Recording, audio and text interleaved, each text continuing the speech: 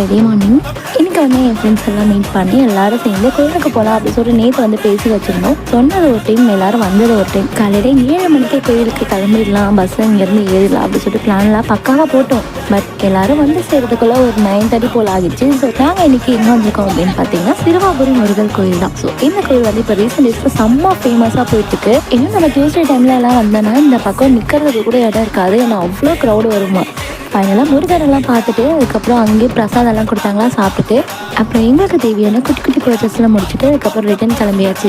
எனக்கெல்லாம் வீட்டில் இருக்கும் போது அடிக்கடி ஏதாவது சாப்பிட்டுட்டே இருக்கணும் போல தோணும். பசியும் எடுக்கிறதுனால சாப்பிடணும்னு தோணும். பட் இந்த மாதிரி எங்கள் கூடலாம் வந்துட்டுனா போதும், எனக்கு பசிங்கிறது ஞாபகமே வராது.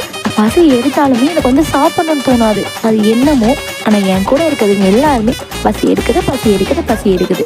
அவ்வளோ பசியிலையுமே காலையில் வந்த டயர்ட்லையுமே நாங்கள் அப்போ கூட ஒன்றும் சாப்பிட்லையே, வீட்டுக்கு போய் தான் சேரணும் ஃபஸ்ட்டு அப்படின்னு சொல்லிட்டு அவங்களோட லைஃப்பில் என்ன நடக்குது அதெல்லாம் பேசிக்கிட்டு ஜாலியாக கொஞ்ச நேரம் அப்படியே கலாய்ச்சிக்கிட்டு தண்ணியை வச்சுக்கிட்டு டான்ஸ் எல்லாம் பண்ணி ஸோ பஸ் எங்களை திரும்பி பார்க்குற அளவுக்கு நாங்கள் ஃபன் பண்ணிட்டு வந்தோம். இந்த மாதிரி எங்கேயாச்சும் வெளியே வந்தால் நம்மளுக்கு சிரிக்கலாம் தெரியுமா அப்படின்னு ஞாபகம் வருது. இந்த மாதிரி ஃப்ரெண்ட்ஸ் எல்லாம் உங்கள் லைஃப்பில் இருந்தால் கண்டிப்பாக மிஸ் பண்ணிடாதீங்க, ஏன்னா திரும்பி கிடைக்கிறது ரொம்ப கஷ்டம்.